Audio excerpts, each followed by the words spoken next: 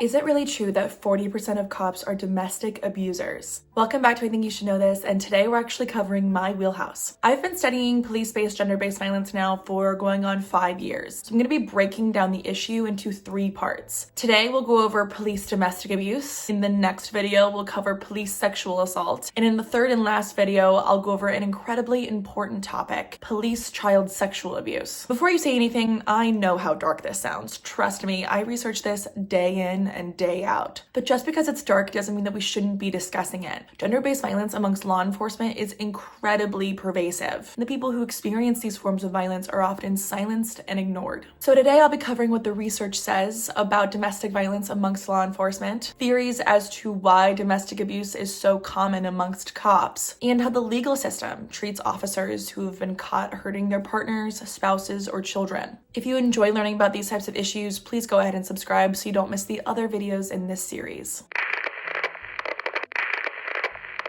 The statistic that is often referenced online that 40% of cops engage in domestic abuse comes from 2 research studies in the 90s. I'll be mostly referring to this one, interspousal aggression in law enforcement families. The other one is incredibly difficult to find online. In these studies, researchers provided law enforcement and their spouses with survey questions to answer about their behavior at home. And it is true that 40% of cops who participated in these studies reported that they had behaved violently towards their spouses or their children in the last year. And that's true in both studies. But some people take issue with some elements of these studies to discredit this incredibly high perpetration rate. Some argue that self-reporting is unreliable, which is fair. But wouldn't it be more likely that a cop and their spouse would report a lower than real rate of domestic violence at home, given that we know that all forms of gender-based violence are underreported, and those who engage in abusive behavior often have a very hard time identifying their behavior as such?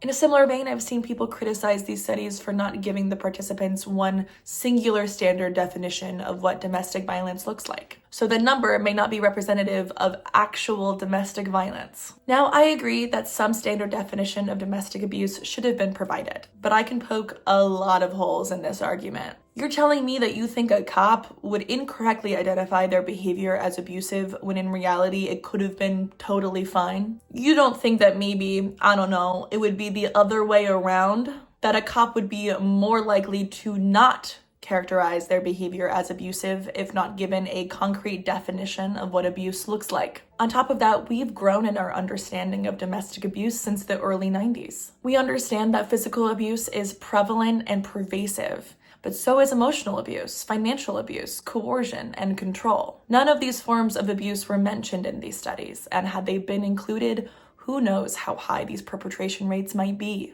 Now, there are criticisms of these studies that I can understand. They had incredibly limited sample sizes, and they're dated now, over 30 years old. And while neither of those facts should be considered a particular shortcoming of the researchers, I think it is incredibly interesting to think about if we could ever get a modern, reliable number of how many police officers engage in domestic abuse. Thin blue line rhetoric has only gotten more and more oppositional to any criticism of police behavior over the last 30 years. I think it would be really hard to find police officers who are ready and willing to examine their own behaviors, given their codes of silence. And their spouses or partners or those they are hurting are uniquely vulnerable. Cops have guns and, enforce the law, making those who have been harmed understandably hesitant to share their experiences of abuse. A handful of other studies have examined arrest rates for domestic violence amongst law enforcement, like this one from Bowling Green State University's Philip Stinson. As a side note, I'm low-key kind of obsessed with that man, but we'll talk about it another time. In this study, arrest rates for domestic violence amongst law enforcement hovered somewhere between 16 to 18%. But again, this is capturing arrests. This is not capturing behavior. Arrest rates rely on someone wanting to or being able to call the authorities, their experience being believed and taken seriously, and there being enough evidence to get an arrest warrant. At the end of the day, domestic abuse amongst police officers is incredibly pervasive and deeply damaging. But why are these rates so high? Well, it depends on who you ask. Some people would argue it's a consequence of police officers being exposed to hard scenes and difficult work stress. They're bringing their work home, so to speak. And while there may be some element of truth to this, I can think of several other jobs that equally face distressing situations, and we do not see the same levels of domestic abuse amongst them. EMTs, doctors, surgeons, funeral home workers, morticians, those who work in geriatric or hospice care, social workers, those who work in rehabs, those who work in psychiatric wards. I could keep going. That isn't to say that there aren't cops out there who have seen hard, even traumatic situations unfold. But if it was simply this fact, wouldn't we see similar patterns of abuse amongst other careers who face hard and distressing situations? As I mentioned, I've been studying police-perpetrated gender-based violence now for a while. And what I've come to believe is that it's simply about power and control. Experts in the gender-based violence field indicate that the origin of sexual and domestic violence is the desire to have power and control over another person. Policing can be defined as the regulation and control of a community. I believe that the overlap of these definitions, as both gender-based violence and policing involve power and control,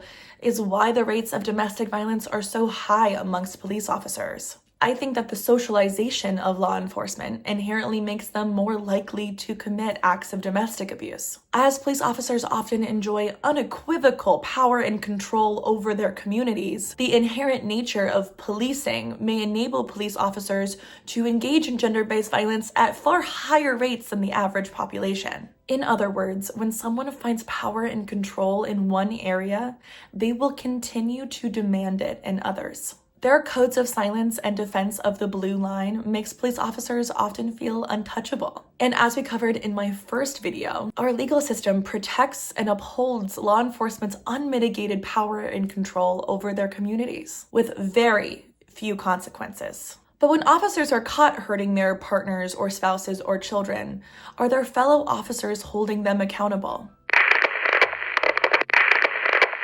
The short answer is no. The longer answer is it's complicated.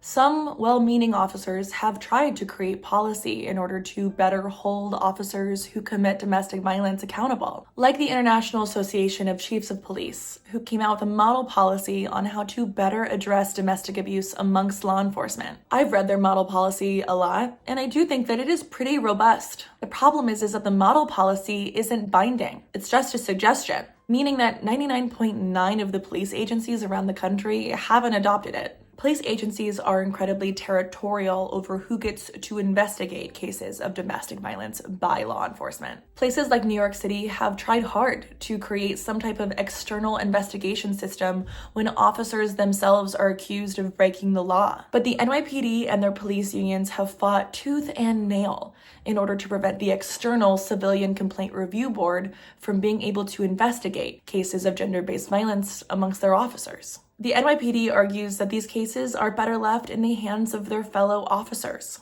But fellow officers can often let their colleagues go without arrest. Like these 3 New Jersey officers who let a New York City police captain go after they were called to a domestic violence scene. The woman that the police captain hurt was bleeding from her nose and mouth, and those Jersey officers still let that captain go without arrest. They have fortunately been charged with official misconduct, but the police unions are fighting tooth and nail to get these charges dropped. Now, I look at cases of police officers who have been arrested or charged with domestic violence all the time, almost every day.